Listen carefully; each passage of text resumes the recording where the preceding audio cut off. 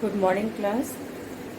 आज मैं आप लोगों को हिंदी का पार्ट 2 बल्लू दादा को छुड़ा लिया गया कहानी पढ़ाने जा रही हूँ। ठीक है। इस कहानी का सबसे पहले आप ये जान लीजिए कि इस कहानी का मुख्य पात्र बल्लू दादा है, जो कि एक हाथी है।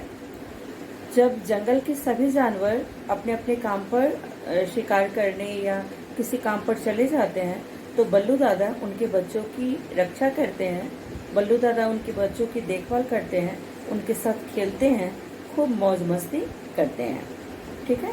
तो एक दिन क्या होता है, सभी बच्चे किसके साथ खेलते हैं? बल्लू दादा के साथ। एक बार बल्लू दादा को जंगल में कुछ शिकारी आते हैं और बल्लू दादा को पकड़कर ले जाते हैं। ठीक है।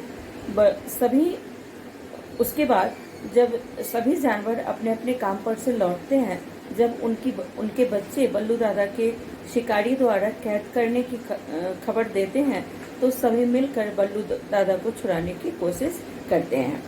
ठीक है। और अंततः सभी के प्रयास से बल्लू दादा उस शिकारी के चंगुल से छूट जाते हैं।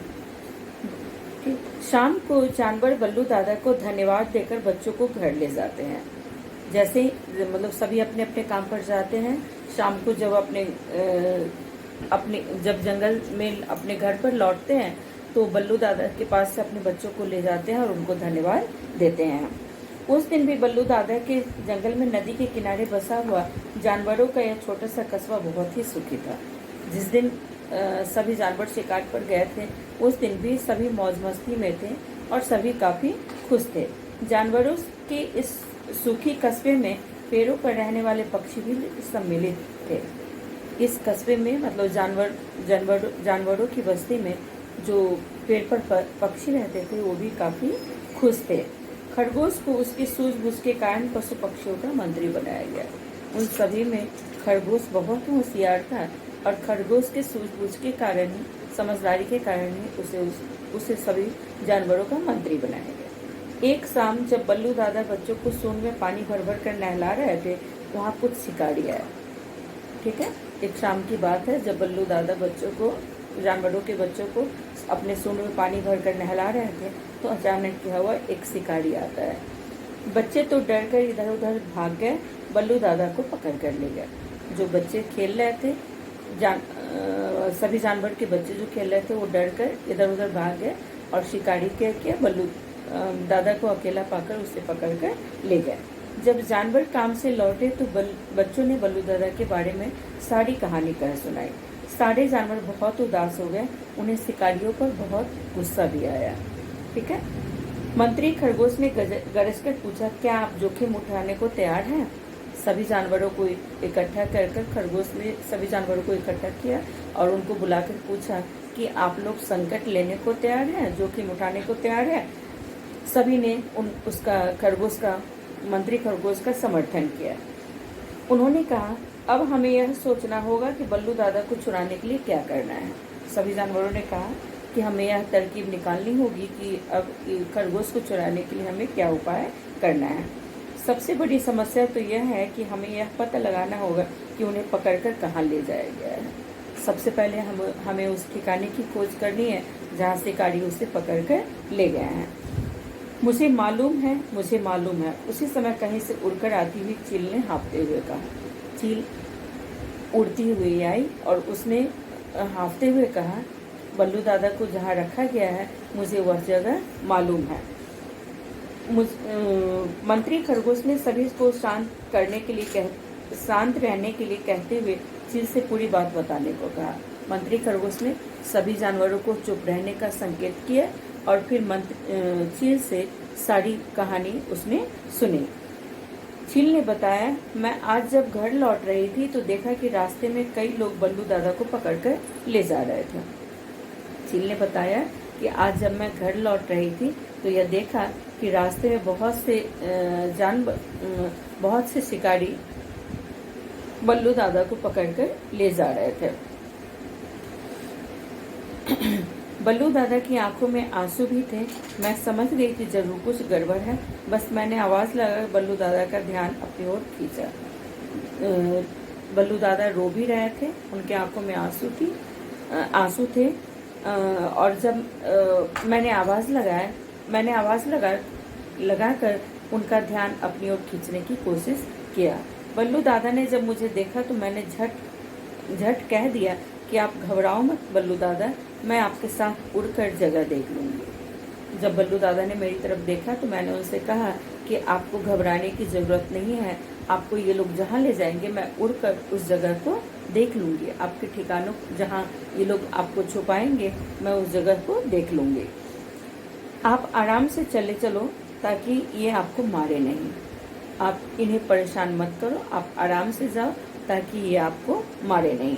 बाद में मैं सब जानवरों को जाकर बता दूंगी, हम अपनी जान पर खेल कर भी आपको छुड़ाएंगे। बाद में मैं सभी जानवरों को जाकर आपके बारे में, आपके ठिकाने के बारे में बता दूंगी और हम सभी जानवर आपको छुड़ा लेंगे। ठीक है।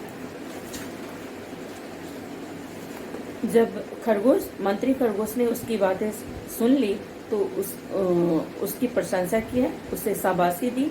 दूसरे जानवरों ने भी चील की खूब प्रशंसा की। फिर एक साथ सभी जानवरों ने जोश में आकर कहा।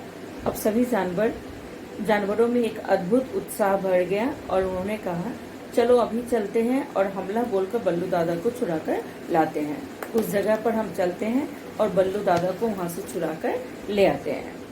तुम जानवरों को बस यही आदत मुझे पसंद नहीं है, न सोचा न समझा, बस जो मन में आया अंधाधुंध कर लिया। इस बात पर मंत्री खरगोश ने कहा कि तुम लोग किसी बात पर सोच विचार नहीं करते हो, जो मन में आता है वही तुरंत करने लगते हो। हमें ऐसी तरकीब निकालनी है जिससे हमारा नुकसान भी ना हो और काम भी बन जाए। इसके लिए हमें एक ऐसा उपाय ढूंढना है जिससे हमारा कोई नुकसान भी नहीं हो और बल्लू दादा भी आराम से छूट जाए। आप लोग आज की रात इस समस्या पर सोचें, मैं भी सोचूंगा। खरगोश ने कहा, इसके लिए आप लोग एक उपाय सोचिए और मैं भी इसके लिए कोई न कोई तरकीब सोचूंगा, तभी बल्लू दादा को छुड़ाने की तरकीब तय की जाएगी। खरगोश ने निर्णय सुनाते हुए कह दिया। खरगोश ने अपना फैसला किया कि जब तक तुम लोग इस समस्या का समाधान नहीं निकालोगे तब तक हम लोग बल्लू दादा को छुड़ाने नहीं जाएंगे। सभी जानवरों ने मंत्री की वाहवाही की। हमें रात भर चैन आ सकेगा और हमारे बल्लू दादा को रात भर जो कष्ट सहना पड़ेगा उसका क्या होगा। सभी जानवरों ने खरगोश से कहा कि आप पूरी रात बिताने की बात कहते हैं, क्या हमें बल्लू दादा को कष्ट में देखकर उनके बारे में सोच कर क्या हमें नींद आ पाएगी, और न ही बल्लू दादा चैन से वहाँ पर सो पाएंगे। फिर खरगोश ने कहा, देखो मुझे गलत मत समझो, हीनू बंदर की तरह ही अपने हाथ हिला। देखो मुझे गलत मत समझो, मुझे बल्लू दादा की कम चिंता नहीं है। हर काम का एक तरीका होता है। फिर यही कहूँगा कि पहले कुछ सोचो समझो तभी कुछ कदम उठाओ। तब इस बात पर खरगोश ने कहा कि सभी काम को करने का तरीका होता है, सभी काम हमें तरकीब के अनुसार ही करना चाहिए। पहले इसका उपाय ढूंढो, फिर हम बल्लू दादा को छुड़ाने चलेंगे। खरगोश ने चील को रोकते हुए कहा, तुम थोड़ी देर के लिए मेरे घर आओ, मुझे तुमसे कुछ जरूरी बातें करनी है। फिर खरगोश ने चील को अपने घर बुलाया, कहा कि मुझे तुमसे कुछ जरूरी बातें करनी है। बल्लू दादा को फिर उसने बल्लू दादा के बारे में चील से पूछा तो चील ने कहा कि बल्लू दादा को बड़ी बड़ी चारदीवारी में बंद किया हुआ है, वहाँ पर छत नहीं है, एक जगह बस बड़ा सा दरवाज़ा है, चारों तरफ से चारदीवारी की गई है। उस जगह पर बल्लू दादा को कैद किया गया है। उसमें ऊपर जहाँ पे उनको कैद किया गया वहाँ पर छत नहीं है और बस एक बड़ा सा दरवाज़ा लगा हुआ है और वो भी दरवाज़ा बंद है। बल्लू दादा को उड़ना आता, ऊंची ऊंची दीवारों को तो फांद नहीं सकते, चिल ने बताया। उसने कहा, बल्लू दादा तो उड़ नहीं सकते, नहीं तो और ना ही ऊंची दीवारों को फांद सकते हैं, नहीं तो वे वहाँ से आसानी से निकल सकते थे। मंत्री खरगोश रात भर सोचते रहे, नींद उनकी आंखों में भी नहीं थी। अब मंत्री खरगोश रात भर इसका उपाय सोचते रहे कि किस तरह बल्लू को निकाला जाए, और उन्हें भी रात भर नींद नहीं आई। अगले दिन सभी जानवरों को बुलाए जाते हैं। सभी जानवर चुप बैठे रहे। उनके चेहरों से यह लग रहा था कि वे रात भर नहीं सोए हैं। लेकिन यह भी लग रहा था उन्हें कुछ सूझा भी नहीं। अगले दिन जब सभी जानवरों को बुलाया गया, उन्हें देखकर लगा कि रात भर वे इस चिंता में, बल्लू दादा की चिंता में सोए नहीं हैं। और उन्हें देखकर खरगोश ने यह भी महसूस कर लिया कि उन्होंने कोई उपाय भी नहीं ढूंढा है। सभी जानवरों ने अपने मुरझाए हुए चेहरे को उठाकर पूछा, तरकीब को कामयाब बनाना तुम्हारे हाथ में है, यानी हम सबके हाथ में है। जितनी मेहनत और होशियारी से हम काम करेंगे, उतनी ही जल्दी हमें बल्लू दादा को छुड़ा कर लाने में सफलता मिलेगी। इस बात पर सबने कहा कि हम सभी अगर मिलकर एक साथ सोचेंगे तो हम बल्लू दादा को आसानी से वहां से निकाल कर ला पाएंगे। सबसे पहले मंत्री खरगोश चील को लेकर उस जगह गए जहां बल्लू दादा कैद थे। अब मंत्री खरगोश चील को उस जगह पर लेकर गए जहां पर बल्लू दादा को कैद किया गया था। उन्होंने चारों तरफ उन चारदीवारी में जब उन्होंने देखा तो वे इधर मंत्री खरगोश ने दीवारों का चक्कर लगाकर जांच पड़ताल कर लिया। उन्होंने देखा कि दरवाजा बंद है और 2 आदमी बंदूक लिए वहाँ पर पहरा दे रहे हैं। मंत्री खरगोश ने देखा कि दरवाजा तो वहाँ पर बंद है, लेकिन 2 पहरेदार वहाँ पर खड़े होकर पहरा दे रहे हैं। फिर चील के साथ खरगोश जंगल में लौट आया। अगले दिन शाम होने से पहले ही मंत्री खरगोश कुछ बंदर, कुछ गिद्ध, कुछ भेड़िया और बहुत से चूहे को लेकर वहाँ पहुँच गए। अगले दिन ये सभी जानवरों को लेकर मंत्री खरगोश वहाँ पर पहुँचे जहाँ पर बल्लू दादा को रखा गया था। खरगोश ने भेड़ियों को दरवाजे से थोड़ी दूर झाड़ियों में और बंदरों को आसपास के पेड़ों पर छिपकर बैठ जाने के लिए कहा। सभी का ठिकाना बता दिया कि तुम लोग यहाँ जाकर छिप जाओ।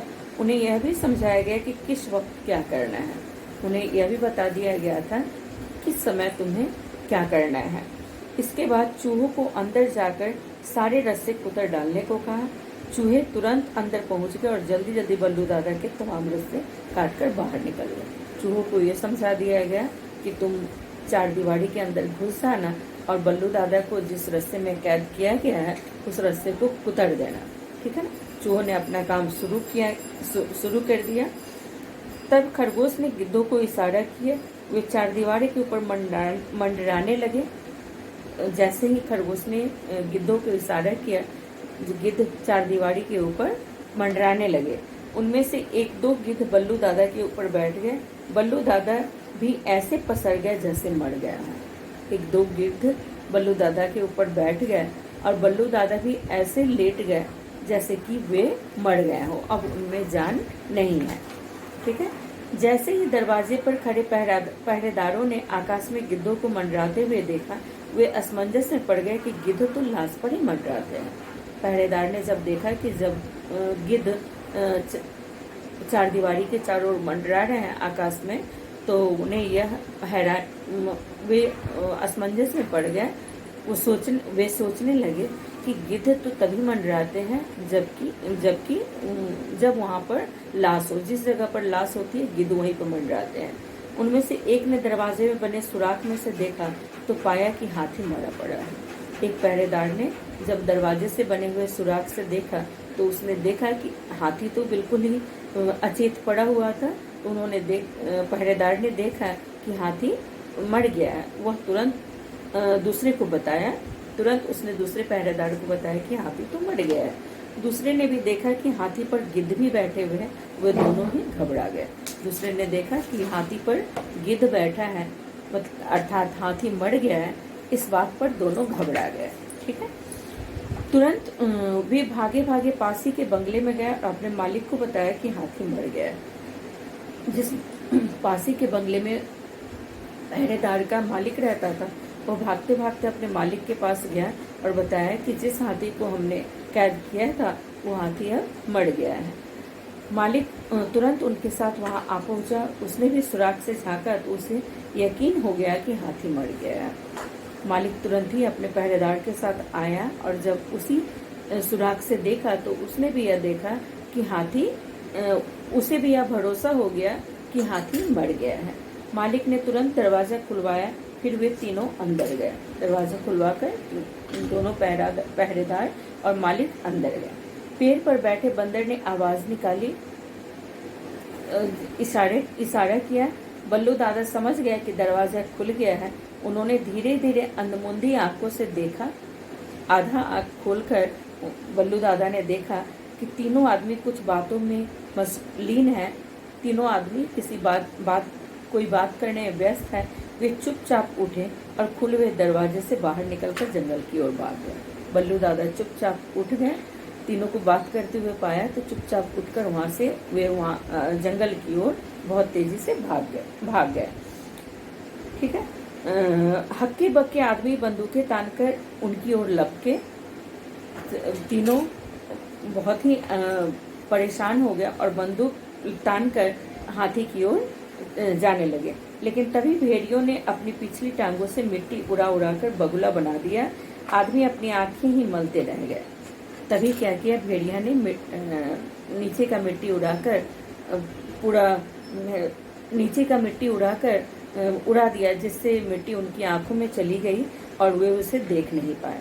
बंदरों ने मौका देखकर उनकी बंदूकें छीनकर पेड़ों की सबसे ऊंची टहनियों में छुपा दी। बंदर को जैसे ही मौका मिला, बंदरों ने पहरेदारों की बंदूक छीन ली और उसे पेड़ की टहनियों में जाकर छिपा दिया। जब मंत्री खरगोश को यह विश्वास हो गया कि अब बल्लू दादा जंगल में पहुंच गए होंगे, तो उन्होंने इशारा किया। सभी जानवर होशियारी के साथ अंधेरे में दुबकते दुबकते नदी के किनारे पहुंच गए। जब मंत्री खरगोश आश्वस्त हो गए कि अब बल्लू दादा जंगल में पहुंच गए होंगे, तब उन्होंने सभी जानवरों को इशारा किया और सभी जानवर धीरे धीरे नदी के किनारे पहुंच गए। बल्लू दादा को फिर से अपने बीच देखकर सभी जानवर बहुत खुश थे। बल्लू दादा को अपने साथ पाकर सभी जानवर काफी खुश थे। बच्चे उन्हें छोड़ते ही न थे। मंत्री खरगोश की सूझबूझ की भी सबने खूब प्रशंसा की। जिस तरह मंत्री खरगोश के उपाय के द्वारा बल्लू दादा आसानी से छूट गए, इस पर सभी जानवरों ने उनकी काफी प्रशंसा की। बाद में खरगोश के कहने पर उसी रात उन्होंने अपना डेरा भी बदल लिया। जिस जगह पर बल्लू दादा रहते थे, मंत्री खरगोश के कहने पर उन्होंने वहां से अपना आश्रय बदल लिया। जब सब मंत्री खरगोश की प्रशंसा कर रहे थे, तो खरगोश ने बस इतना ही कहा, हम सब यदि इसी तरह मिलजुल कर रहे और मुसीबत में सूझबूझ के साथ काम करते रहे, तो हमारा कोई कुछ नहीं बिगाड़ सकेगा। जब सभी जानवर मंत्री खरगोश की प्रशंसा कर रहे थे, तो मंत्री खरगोश ने भी उन्हें कहा कि ये बल्लू दादा को छुड़ाने का जो योजना था, यह तभी सफल हुआ जब हमने मिलजुल कर काम किया। इसी तरह जब सभी संकट में, सभी परेशानी में हम मिलजुल कर रहेंगे और मिलजुल कर उस परेशानी का हल निकालेंगे, तो हम सभी संकटों से बच सकते हैं। ठीक है।